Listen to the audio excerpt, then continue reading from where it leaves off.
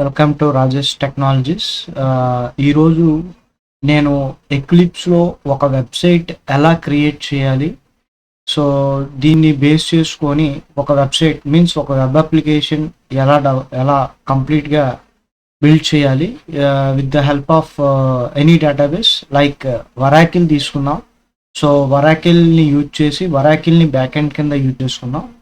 Okay, and then you can use HTML, CSS and JavaScript ని Eclipse లో మనం build చేసుకొని జావా కోడ్ని JDBCలో రాసుకున్నాం.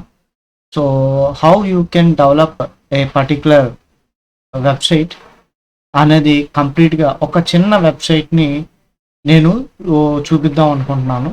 సో ఎక్లిప్స్ ఎన్విరాన్మెంట్ ద్వారా ఈ పర్టికులర్ వెబ్సైట్ని డిజైన్ చేస్తున్నాను. సో నా టార్గెట్ ఏంటి అంటే I need to create a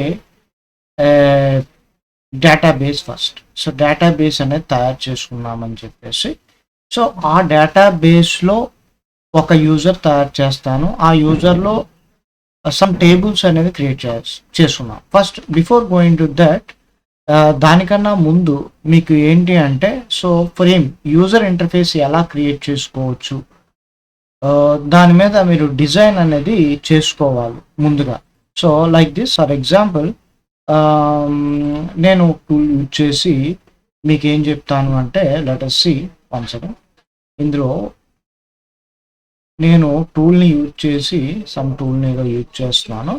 ఈ టూల్ని యూజ్ చేసి మీకు ఏంటి అంటే స్క్రీన్ డిజైన్ చేద్దామని ఫస్ట్ నా ఉద్దేశం. సో ఇందులో ఏంటి అంటే ఇది కాంటాక్ట్ మేనేజ్మెంట్ ఏం లేదు, సమ్ కాంటాక్ట్స్ అనేవి డేటాబేస్లో స్టోర్ చేసుకోవడం, వాటిని అప్డేట్ చేసుకోవడం, డిలీట్ చేసుకోవడం, సెర్చ్ చేయడం. సో ఇలాంటి ఆపరేషన్స్ అన్నీ ఒక చిన్న వెబ్సైట్ దాంట్లో చేసుకుందాం అనేది నా ఉద్దేశం.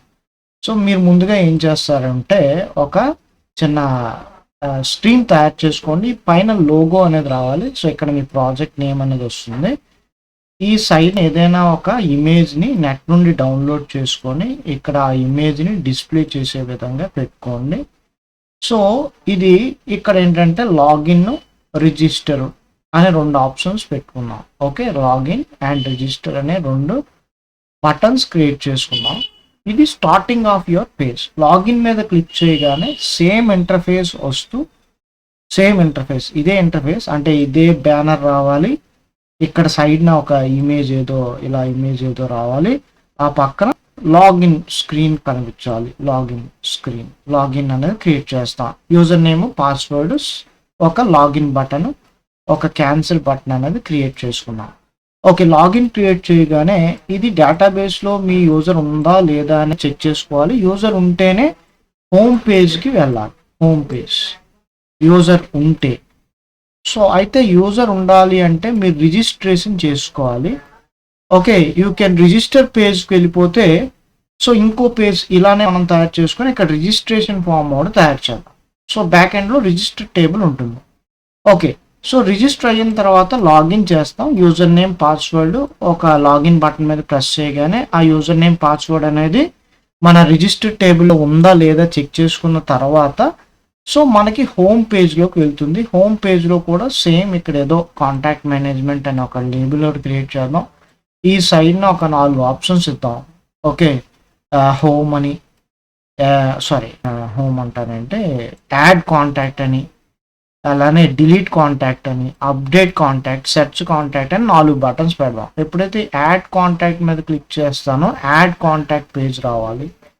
అలానే డిలీట్ కాంటాక్ట్ మీద ప్రెస్ చేస్తే డిలీట్ కాంటాక్ట్ ఫామ్ రావాలి. రిమైనింగ్ స్క్రీన్ టెంప్లెట్ అంతా అలానే ఉండాలి. సో ఈ విధంగా మనం ఒక వెబ్సైట్ని you are going to build. Okay,